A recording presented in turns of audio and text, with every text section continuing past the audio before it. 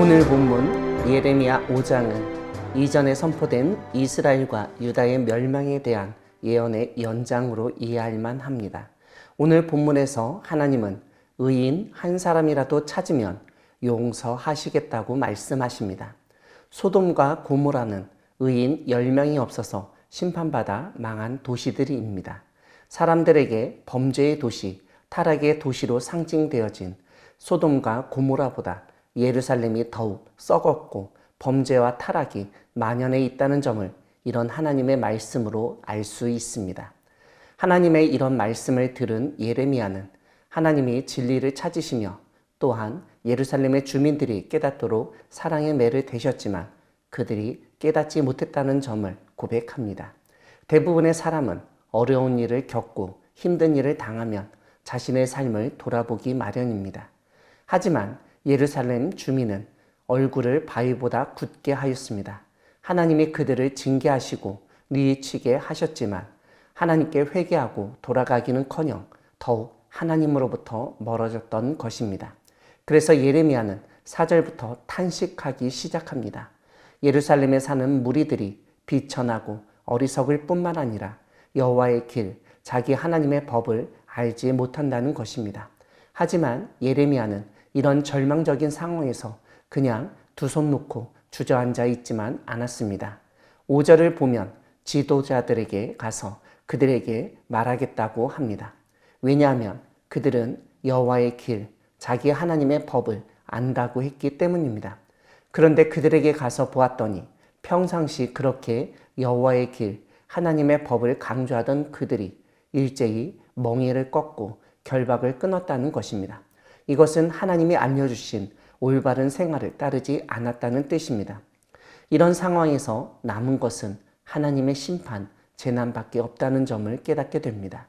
오늘 본문은 재난의 내용을 사자, 이리, 표범이라는 사나운 짐승에 당하고 멸망당하고 찢기는 모양으로 묘사하고 있습니다.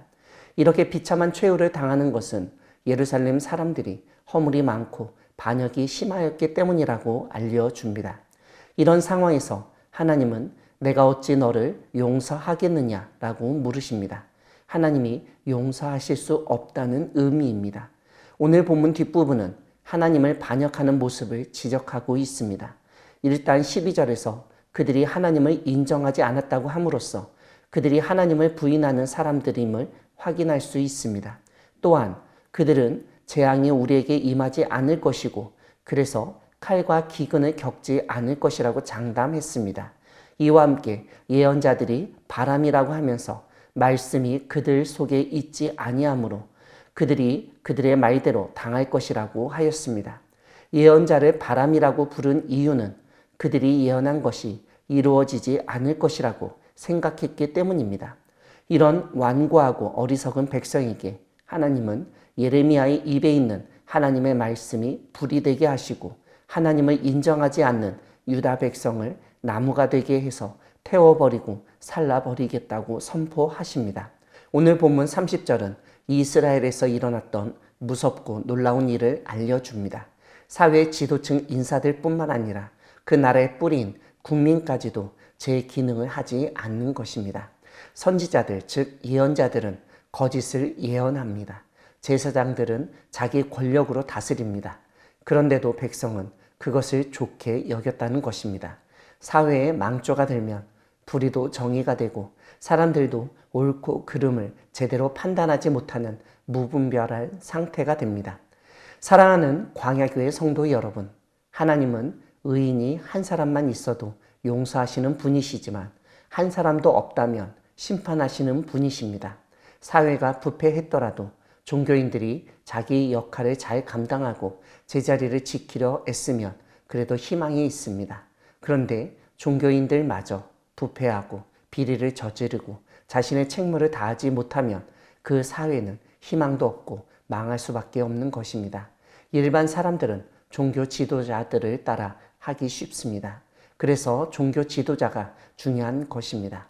교회 안에서 목회자가 잘못된 길을 가게 되면 교인들도 그 잘못된 길로 따라 나서기 쉽습니다. 그래서 개인도 그렇고 교회도 함께 망하게 됩니다. 오늘날 한국 사회의 종교 지도자들이 사회적으로 큰 잘못을 하고서도 오히려 뻔뻔하게 생활하고 자기 변명을 하는 모습을 사람들이 좋아하는 것은 오늘 본문에서 지적하고 있는 무섭고 놀라운 일입니다. 자신의 역할을 망각한 사람과 망할 것을 모르는 사회에 하나님의 심판이 임하게 됩니다. 그러한 때에 하나님을 두려워하는 사람들은 더욱 깨어서 좋은 지도자는 세우고 악한 사람들은 처벌받고 뉘우치도록 힘써야 하겠습니다. 불의와 불공평을 보고 좋아하는 세상 사람들 사이에서 잘못된 것을 고치고 하나님이 원하시는 공평과 공정을 실천하며 하나님의 나라를 이 땅에 세우는 우리 모두가 되기를 소망합니다. 아멘.